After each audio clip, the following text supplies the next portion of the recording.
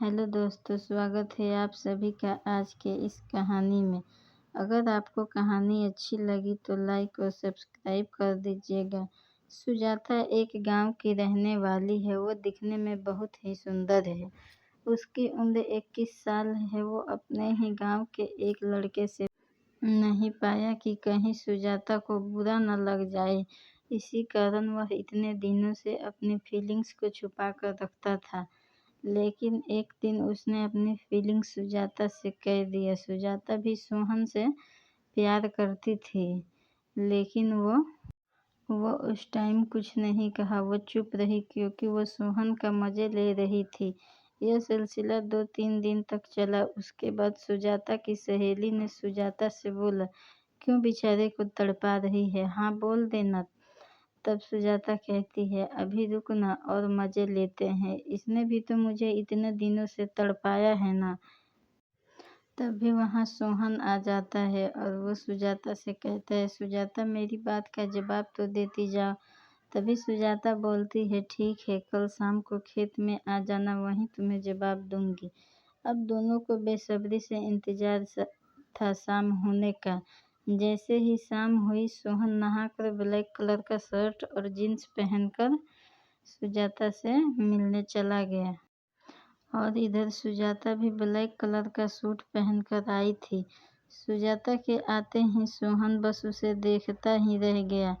उसके तो बोलती ही बंद हो गई थी, क्योंकि सुजाता तो पहले से ही सुंदर थी और ब्लैक कलर के सूट में तो वो कयामत लग रही थी। तभी सुजाता बोलती है, ऐसे क्या देख रहे हो, बस देखने का ही इरादा है क्या? अब कुछ बोलोगे भी? तभी सोहन बोलता है, अब मैं क्या ही बोलूं, तुमने तो अपनी अदा से मेरी बोलती ही बंद कर दी है। वहीं पर दोनों ने अपने अपने प्यार का इजहार किया और दोनों ने एक्सेप्ट भी कर लिया।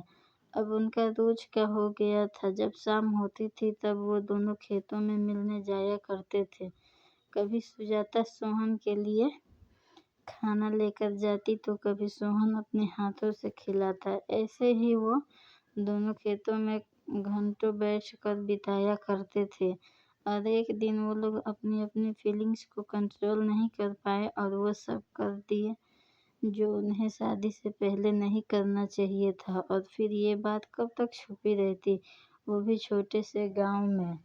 एक दिन ये बात उनके सुजाता के पापा को पता चली। वो 3-4 लड़के लेकर सोहन को बहुत ही बुरी तरह से पिटवाए और उसके पापा को भी धमकी दी थी कि आज के बाद तुम्हारा लड़का इस गांव में नहीं दिखना चाहिए, वरना बहुत बुरा होगा। क्योंकि सुजाता के पापा गांव के जमींदार थे तो उनकी बहुत ही चलती थी और सोहन के पापा एक मामूली किसान थे। फिर क्या, सोहन के पापा ने सोहन से शहर भेजने की तैयारी कर रहे थे। उधर सुजाता को भी बहुत डांट पड़ी। उसकी मम्मी ने तो उसकी खूब पिटाई भी की। तभी सोहन सुजाता को एक लेटर लिखता है और उस लेटर में ये लिखता है कि सुजाता, क्या तुम मेरे साथ भागकर शादी करोगी? यहाँ से दूर चले जाएंगे शहर में, वहीं हम रहेंगे। अगर तुम्हारा हाँ है तो तुम रात को 9 बजे घर के बाहर वाले खेत में आ जाना। और इतना लिखकर उसकी सहेली को दे दिया सुजाता को देने के लिए। उसकी सहेली भी चुपचाप लेटर सुजाता को दे दिया। सुजाता ने भी लेटर के पीछे हाँ लिखकर भेज दिया। अब जैसे ही रात हुई, सोहन खेतों में जाकर सुजाता का इंतजार कर रहा था, लेकिन पूरी रात बीत गई, सुजाता वहां नहीं आई। और फिर दूसरे दिन सोहन शहर चला गया। इधर सुजाता के पापा उसके लिए लड़का देख रहे थे। उन्होंने एक लड़का से उसकी शादी तय कर दी जिसका नाम संजय था। संजय भी अच्छा था, वो भी काफ़ी पढ़ा लिखा था, उसके पास अच्छी नौकरी थी। तो सुजाता की शादी संजय से तय हो गई थी।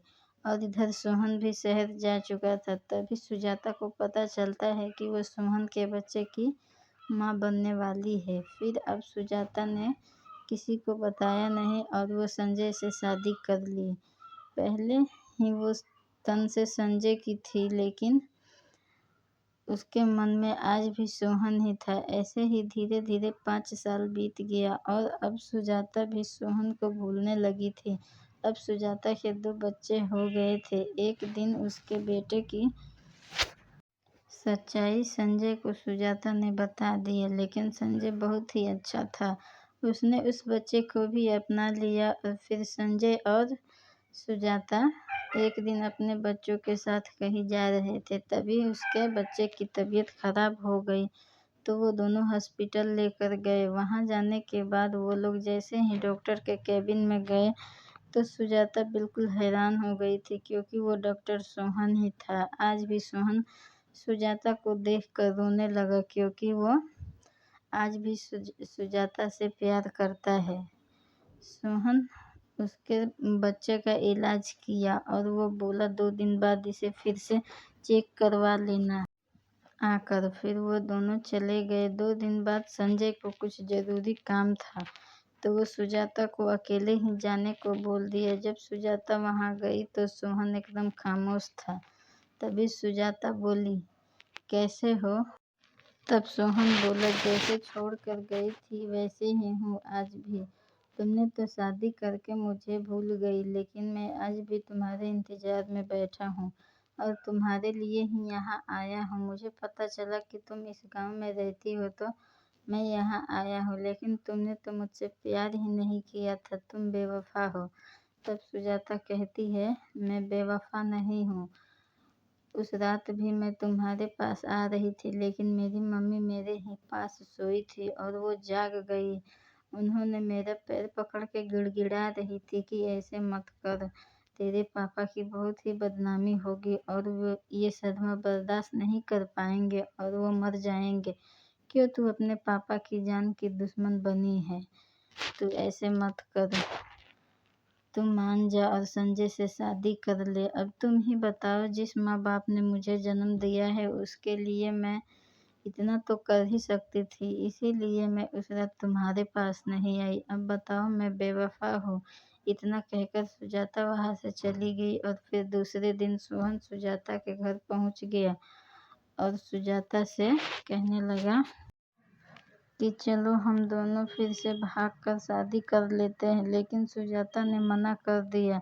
उसने कहा, सोहन देखो इन बच्चों को, इनकी क्या गलती है? संजय भी हम लोगों से बहुत प्यार करते हैं और फिर मैं बच्चों को भी उनके पापा से अलग नहीं कर सकती। तभी सोहन कहने लगा, तो तुम ही बताओ ना, मैं तुम्हें कैसे भूलूं? मैं क्या करूं? कैसे भूलूं तुम्हें? कितना भी कोशिश करता हूँ, लेकिन तुम्हारी जगह मैं किसी और को नहीं दे पाता हूँ।